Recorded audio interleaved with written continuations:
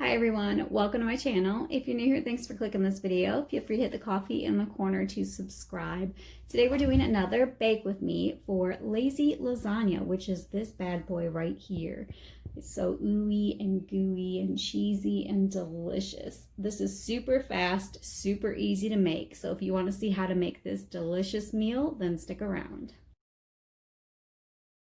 So what I have here is 2 pounds of already cooked ground beef, and I'm going to add one 29-ounce can of just plain tomato sauce and 2 cans of Italian style diced tomatoes. Now these are the ones that have basil, garlic, and oregano in them. We prefer the petite because they're smaller chunks, but you can definitely use regular tomatoes. So we're just going to pour the sauce right onto the burger. And I will end up scraping the rest of that out. And then dumping in the tomatoes. Now this is a small skillet. It is just a 12-inch, so it's going to be overfilling until we get all this mixture put together. Then what I'm going to add in is 1 teaspoon each of some onion powder, some garlic powder, some oregano, and some basil. Now my basil is a grinder, so I'm going to grind about 25 twists into here.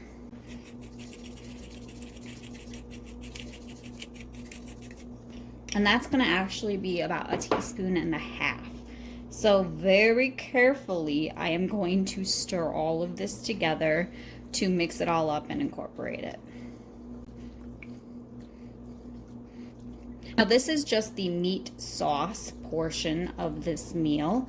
Obviously, being a lazy lasagna, it is going to be layered, but I do want to make sure I get this nice and mixed together for putting in between the pastas. This is also how I would do my regular meat sauce for like a spaghetti or even to do a regular lasagna. I do prefer this method of making the sauce and flavoring it myself rather than buying the jarred, but you can absolutely buy just a jarred spaghetti sauce or a jarred tomato sauce of any kind really, and replace that with doing the regular sauce and the tomatoes all by yourself. So this is pretty well mixed together. It is very, very liquidy. That is okay.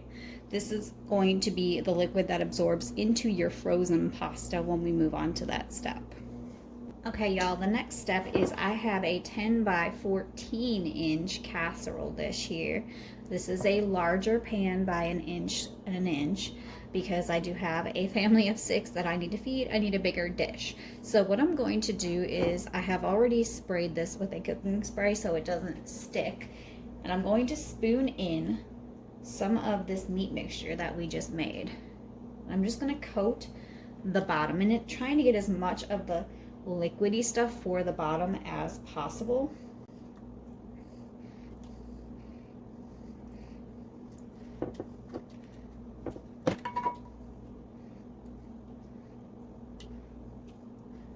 So this took about 1/4 of the meat mixture that we had.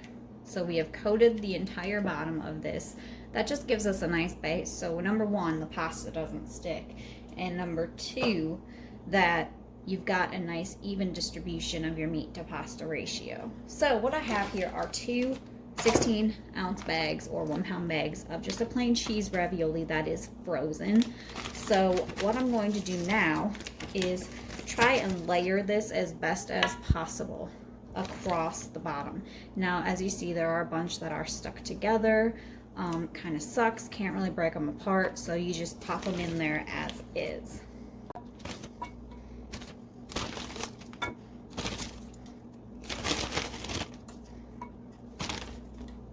Now it doesn't matter if it's up or down, just pop them in there any way you can.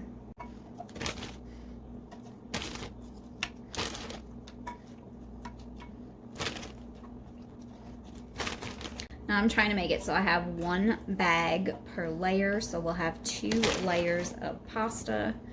You can use fresh, it's no problem whatsoever. You just have less cooking time than if you were to use the frozen. So what I'm going to do is take some regular mozzarella cheese. Now this is not fine shredded, this is regular shredded. It is pre-shredded. If you really want to, you can shred your own, but this is lazy lasagna, so we're doing it quick. So I'm just going to throw a layer right over the top. That'll just kind of help the pasta and the sauce stick together a little bit easier when it comes out. Now I'm not doing too much, probably about 3/4 of a cup, maybe about a half cup or so. Somewhere between a half cup and 3/4 of a cup. I'm not really exact on doing these things. Then we're going to take some nice big honking scoops of our sauce. We're going to cover the top.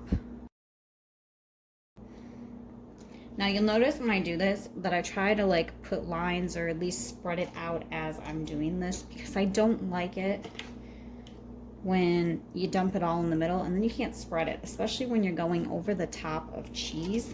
It kind of sucks.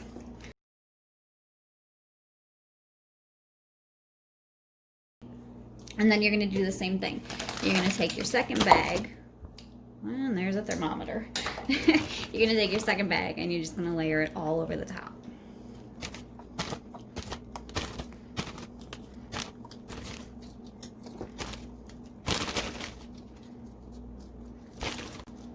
I'm trying to space these like stuck together ones a little bit apart from each other because it can get a little bit thick in one specific area if you continue to put them all in one spot.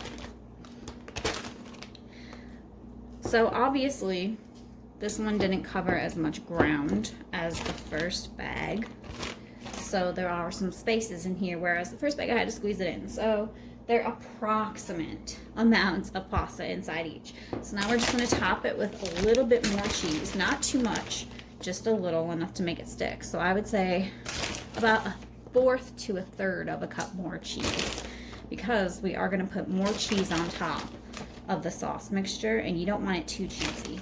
I mean, we love cheesy lasagna, but too much is too much.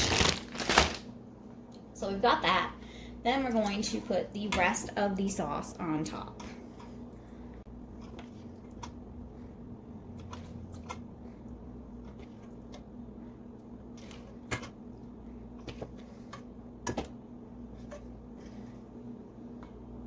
Now this is also a meal that is completely able to be pre-made.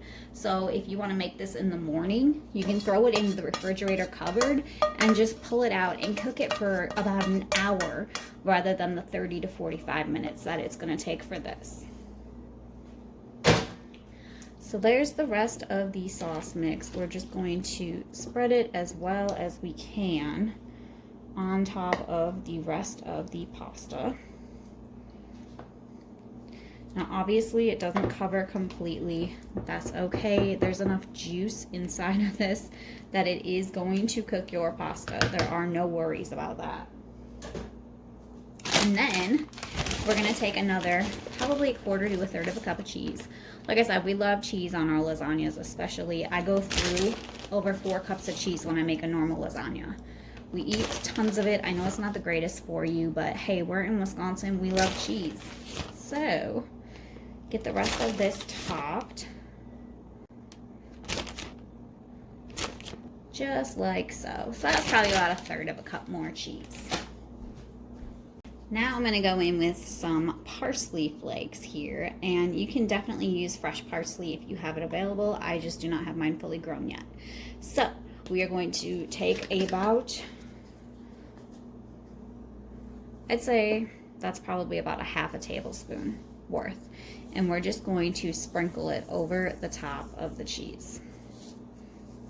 I just think it gives it a little color. Parsley has an amazing flavor. I love using it in my cooking. So here's what we have. Now what we're going to do is throw this into a 425-degree Fahrenheit preheated oven, and we're going to bake it for 30 to 45 minutes. Just kind of depends on how well done you like yours. We like ours a little more browned, so we'll probably go around 45 minutes for mine. And this frozen pasta is going to cook completely, and it's just going to look ooey and gooey and cheesy and delicious. And here is the lazy lasagna out of the oven. It looks so yummy. I can't wait to dig into this. We'll just serve it with some garlic bread. Of course, I'm just doing the store-bought frozen because this is lazy lasagna. Why not lazy garlic bread as well? But look at how good this looks, you guys. If you guys are interested in the recipe for this, I always leave my recipes down below so you can find them in the description bar. If you guys make this meal, let me know. Find me over on Instagram. It's coffee-lovin'-stay-at-home-mom, just like on here. And put a picture of it and tag me in it. I would love to see if you guys made this as well. So I hope you guys enjoyed this video for lazy lasagna, and I will talk to you all later. Bye, guys.